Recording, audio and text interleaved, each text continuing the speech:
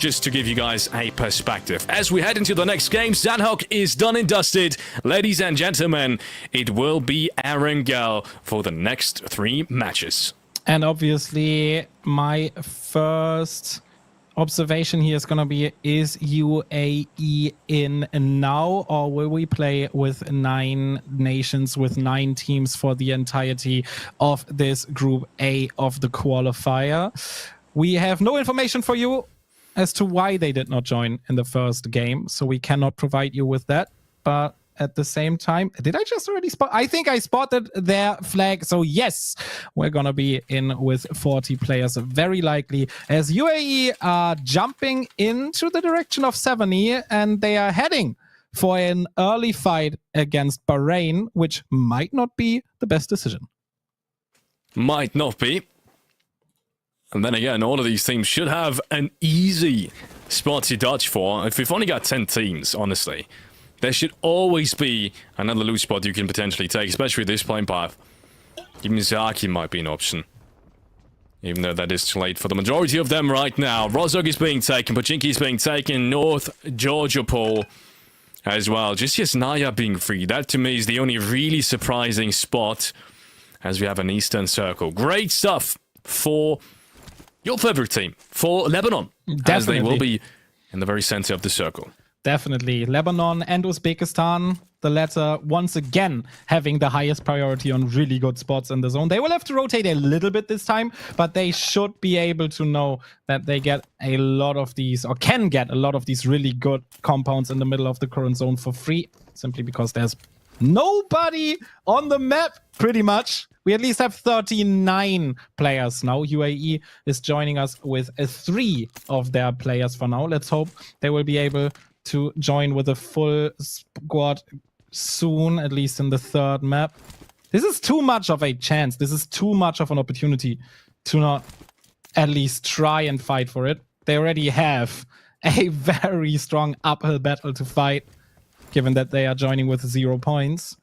And that gets even worse when you think about that one of the likely 3 best lineups is facing them early on in 70 in this game. On the other hand, for Bahrain, that is a prime spot now to pick up 3 potential eliminations.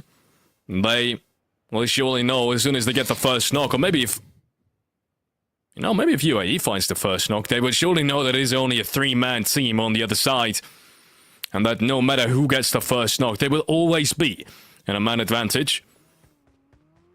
They've taken the majority of the city already as well.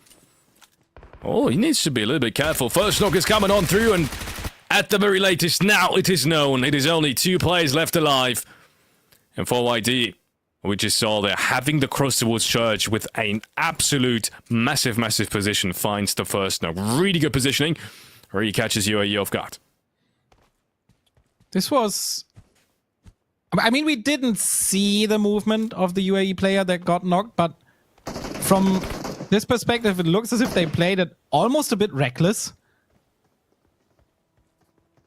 That knock was taken really close towards the church in 70. Great nade, by the way. Almost getting the 2nd knock and basically finishing the team fight immediately.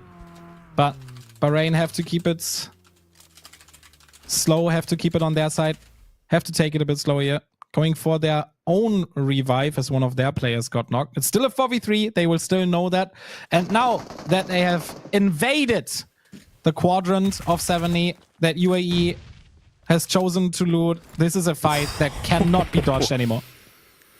No, we can't. Flash goes through as the last 2 plays from UAE are now stuck in that building right in front of the Bahrain players. And they have nowhere else to go. They will just have to hide and hope that somehow one of these players is going to run into their DBS. Now we saw on DR. And now the first one is coming on through. Is there a nade being popped? Do they know where Bukasim is? I think they do, but the nade doesn't hit its target.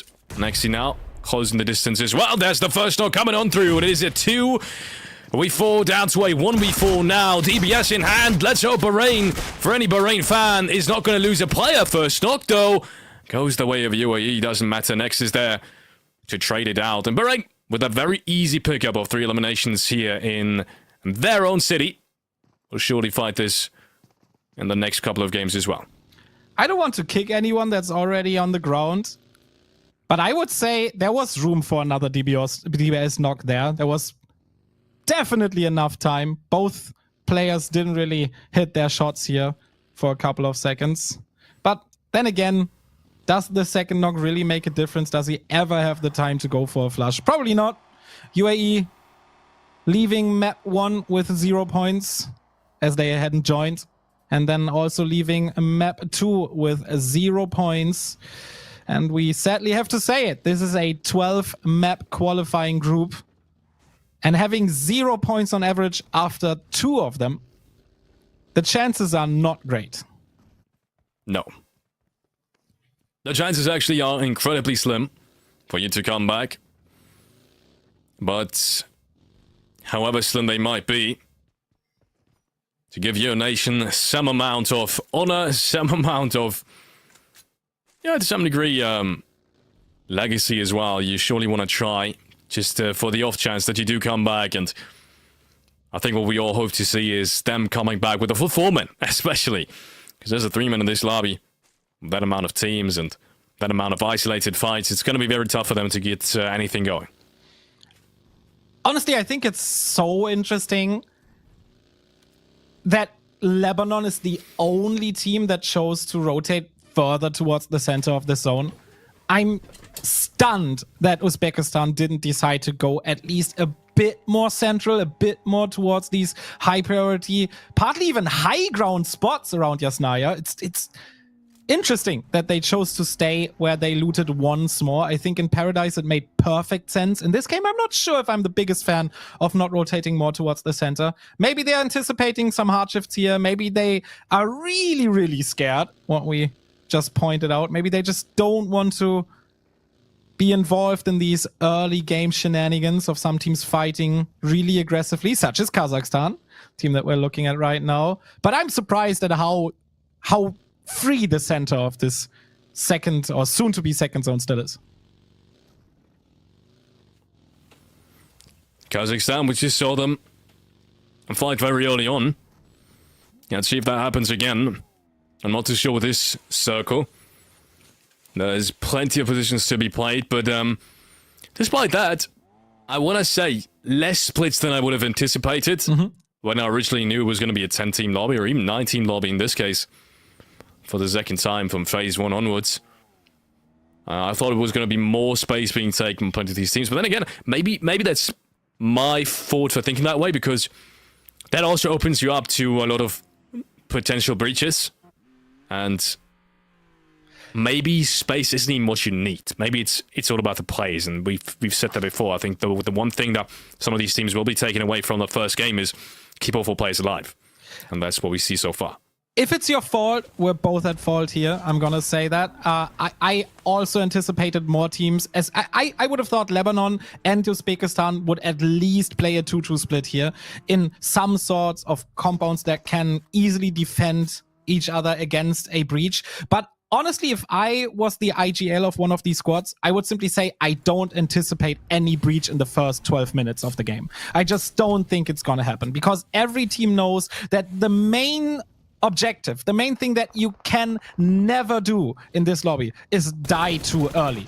You simply cannot play a 0-point round. So I would aggressively defend 2 strong points, and especially, I mean, not especially in this zone, but also in these eastern circles, there are these high ground spots that are so strong and that often lead to high kill point games that I thought more teams would opt into taking them. But yeah, maybe we're both wrong, and maybe these teams have the perfect recipe to play super slow from the outside of the zone and simply rotate aggressively into the 4th and 5th circle.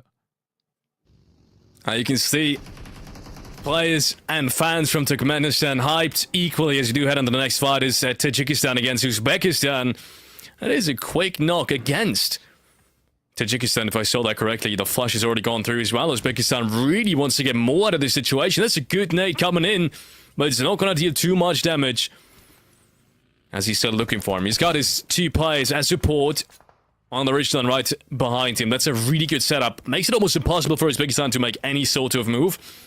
But then again, they are a player down. I quickly have to touch on the super chat that we have in the chat.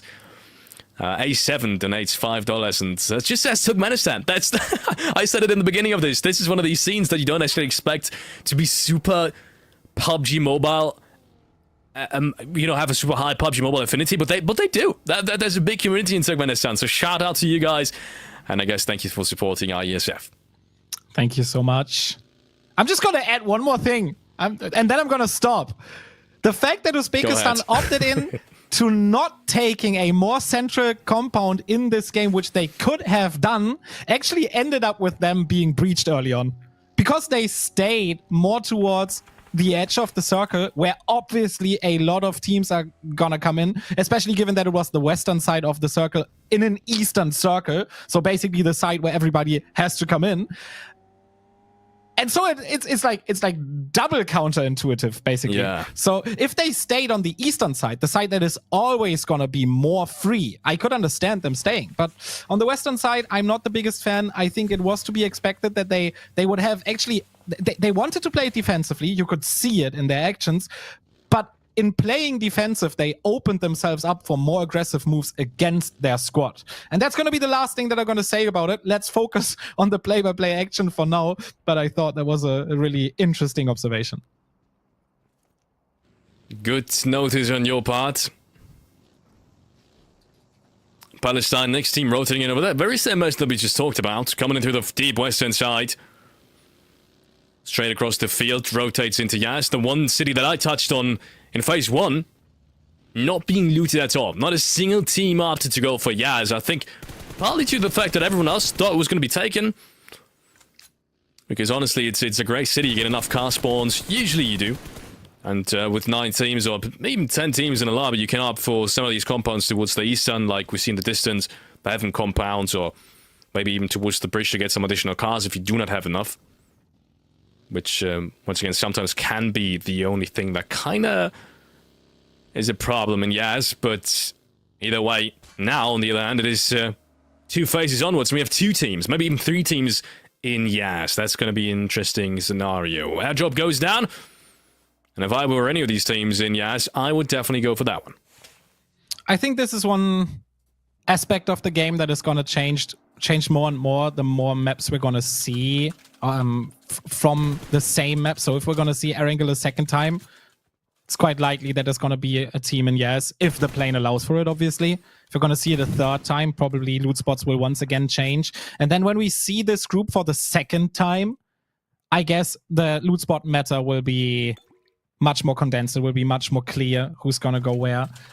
Right now, it was probably pretty hard to anticipate who was going to loot where, simply because you only have 2 or 3 full teams where you know their preferred loot spots. And so everything was free for the taking pretty much. While we're taking a look at the team that won the first round, Mongolia, taking one of these smaller spots to defend now that the circle is getting closer and closer. And once again, they find themselves in a comparable situation, I would say, to the Sanok game, where they have to play into every single circle. Yeah. Nice knock for Uzbekistan. They're still holding down the southwestern circle edge. It is a pretty good edge depending on how the next circle shifts. If we do have an ending in the open fields, there is plenty of spots, thanks to PUBG Mobile always being fast and the map changes. There's plenty of spots that you can play in the open field, especially if there's not as many teams as usually around these parts. And you can see, this is the combat that I'm talking about. You have great vision on towards the field, so you can kind of keep anyone else from taking the positions in front of you. And that's what's really important. So Uzbekistan, for now, stacking up on everything they need, especially utility. If it does come to play in an open field ending, that's what they're going to need. I'm very happy that everything I said about the position of Uzbekistan, or basically keeping their position, ended up being wrong. It ended up being the perfect trap. They picked up 2 easy frags, easy additional loot for a strong late game. The position also, now that we know where the 4th circle went, is really, really strong right now. You're basically the last compound before that huge open area, which is always great to be in. So they gambled a little bit, but they now are at a huge advantage because of it. Next knocks are coming on through as Palestine is fighting off Jordan. Very tough to differentiate these two with the flags that they have. Maybe if UAE is chiming in as well, that would be complete chaos. But as we've got the color, Clever peeks out the corner, unfortunately looks the other way. And that knock is going the way of Jordan. Trade is happening though, as Palestine... Excuse me, not a trade. I think actually Jordan lost both these players as Palestine is converging on them. And there's only one player left. And that position, I do believe, is known as well. And Palestine is already running towards it. Shots are being traded back and forth. And it might just be the complete clean pickup by Palestine as Miracle finds himself all alone in that one single room. And there it is. 3 frags, maybe even 4 frags going the way of Jordan, and that is how you want to do it. And that is the number one issue of the DBS. If you get juked once and you shot twice, everybody knows that there's a little window of opportunity, that little second that is so often enough to take you out, and that happens here. Super clean team fight. Very well played. Maybe we'll have to talk about different underdogs once again after this game. For now, we're just looking at players picking up some style points. Bahrain, once again, strong on the kill point side. Not once again, actually. They picked up only 2 in that first round, but now they already have 6 of them. So they've had some successful fights for now. Mongolia also still in it. Uzbekistan still in it. We're closing in on almost the same endgame as in that first round. Yeah.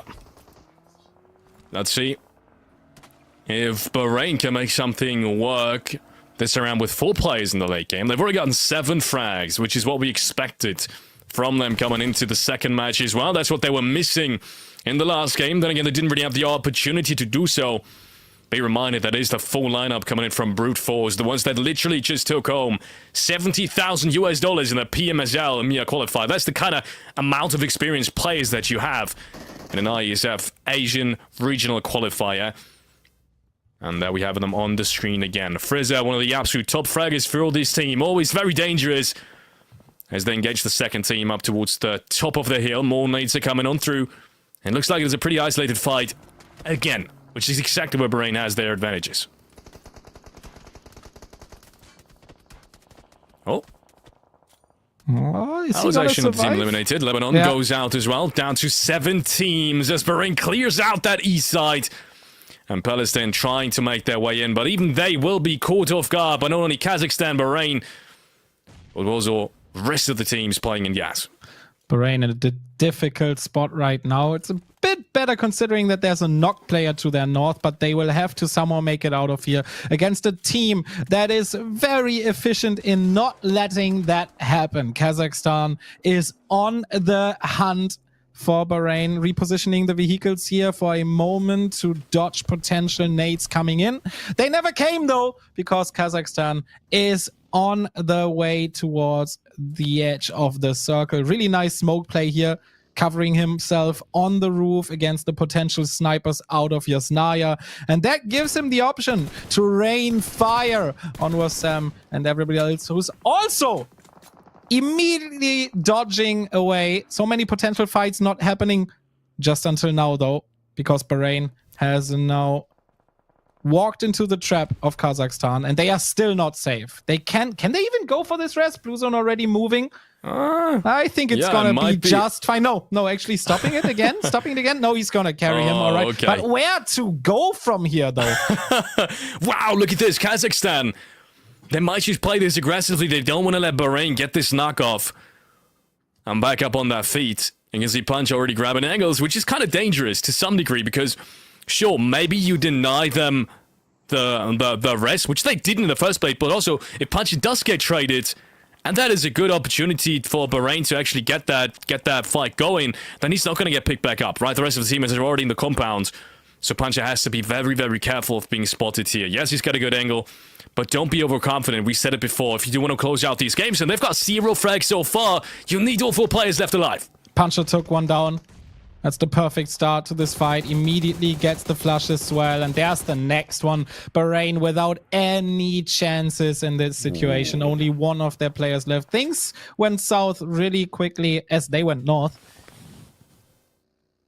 And this is probably going to be the end for their game. They're going to take home quite a few elimination points, but not too many placement points, at least as it seems for now. One little retaliation knock coming in, but after that, immediately Bahrain goes out. And Palestine, they actually smell the blood in the water. They know that there's one player from Kazakhstan knocked, and they are pulling the trigger heavily. But I don't think it's gonna end up great for them. Kazakhstan was just too ready in this situation. That Molotov, not really perfectly placed. The grenade, however, gets an immediate second knock, and Palestine only has one player left in this compound. They have another one, but he's playing outside. It's the same for Kazakhstan, though. Yeah, look at this. Palestine, though, with the opportunity to revive their teammates. Now the breach is coming in, but he's already driving back and realizing two of these players from Palestine have made their way inside the compound already, and they are getting the resters back up. So, man, what a breach coming out from Palestine. That is massive plays being dealt by them.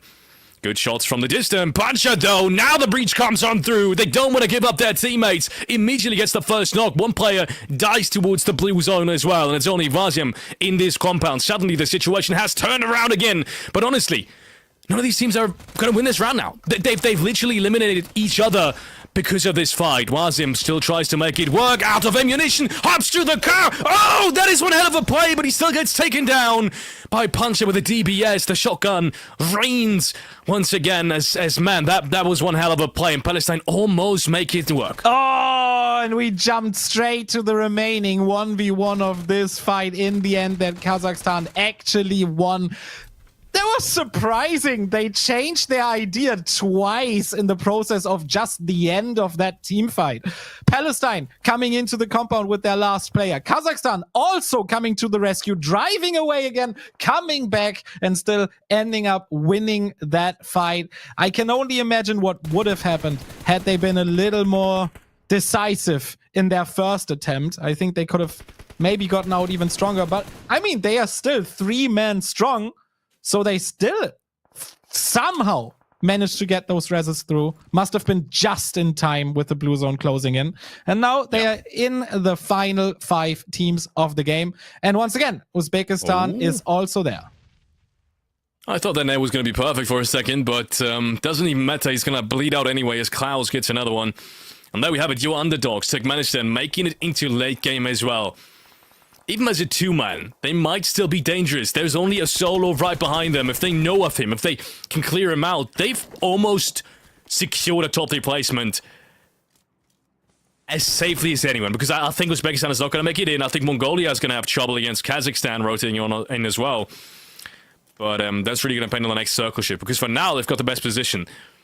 So it's all going to come down to, as I said, the next one. Because I usually have the circle shift. I kind of want to say it goes back north. Look at those live rankings where we immediately see how close all of this obviously still is, given that this is only map number 2. It might actually remain like this for quite a long time. Uzbekistan has the perfect chance to get very close, if not actually to that first place position, depending on how well Mongolia are doing. I just love the fact that it's once again Uzbekistan and Mongolia being alive. And once again, both teams with a very, very good chance of actually making it to the top 2. They, I would say, have the 2 best spots right now. And on top of that, they are 4 and 3 men strong, which are the strongest teams that we still have in terms of manpower. So might actually be a rematch. And this time Uzbekistan might go into it with the advantage. Yeah. I'm surprised not to see Bahrain now in this one. I thought surely this time around they're going to use that man advantage that they've so desperately needed in this round and make it happen, but they unfortunately didn't. So that's, once again, going to give Kazakhstan, especially Uzbekistan, the time to act and execute the revenge that they've wanted to make happen in the last game. IHC, aka Mongolia, still standing towards the southern side. Let's see how that circle is going to shift, because it is going to decide a lot, and it is relatively centralized.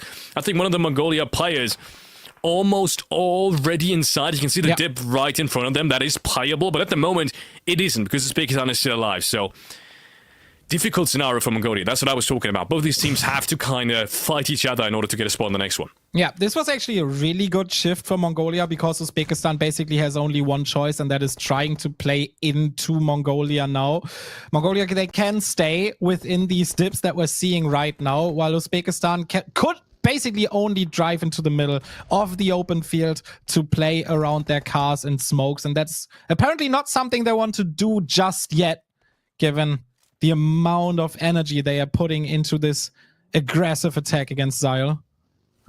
Looks as if they noticed that it's gonna be way too difficult to fight there. So they are driving back. But as we can see, there's only open field for them here. Oh, are they gonna try it up north? Are they gonna try a different route into the zone? Maybe they just stay defensive. Maybe there's a slight chance that pretty much nothing happens in the next 2 minutes. Yeah, really depends on if Uzbekistan finds a spot. It feels like they have with 2 players. That is one good shot, though. Pancha goes and takes out one of the Turkmenistan players. The same goes for Uzbekistan and Mongolia, with Demo hitting a nasty shot, and I think a second one as well. Yeah, that's a second one as well. That kind of just threw it away for Uzbekistan. Wow!